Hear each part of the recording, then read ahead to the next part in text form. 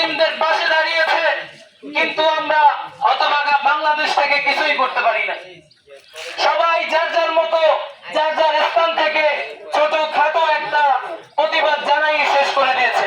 বরঞ্চ না, আমাদের দায়িত্ব এরকম না।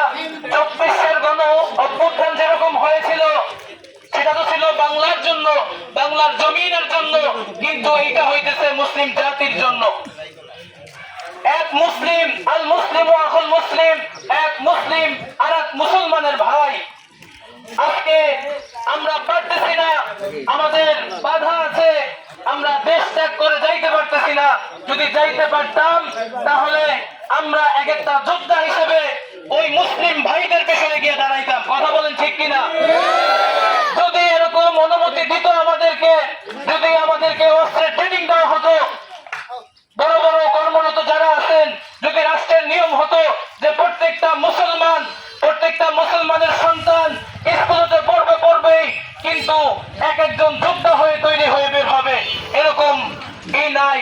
তাহলে আমরা অপরস্থ কর্মকর্তাদেরকে বলতে চাই, আমাদেরকে উচিত এরকম সিস্টেম করে দেওয়া যে আমাদের সন্তানরা পড়ালেখার পাশাপাশি এক একজন ইসলামের সৈনিক হয়ে বের হতে পারে। সবাই চাই কিনা? আমাদের সন্তান যোদ্ধা হোক, চাই কিনা? এমনও হইতে পারে এই কুলাঙ্গারেরা ওই ফিলিস্তিন থেকে শুরু করে সারা বাংলাদেশের, সারা পৃথিবীর যত মুসলিম আছে সব মুসলিমের উপরে আক্রমণ করার জন্য ওরা অনেক রকম কৌশল অবলম্বন করতেছে। আমরা চাই আমরা ঠিক এইভাবে আমরা যার যার স্থান থেকে সবাই যেন প্রতিবাদ করতে পারি।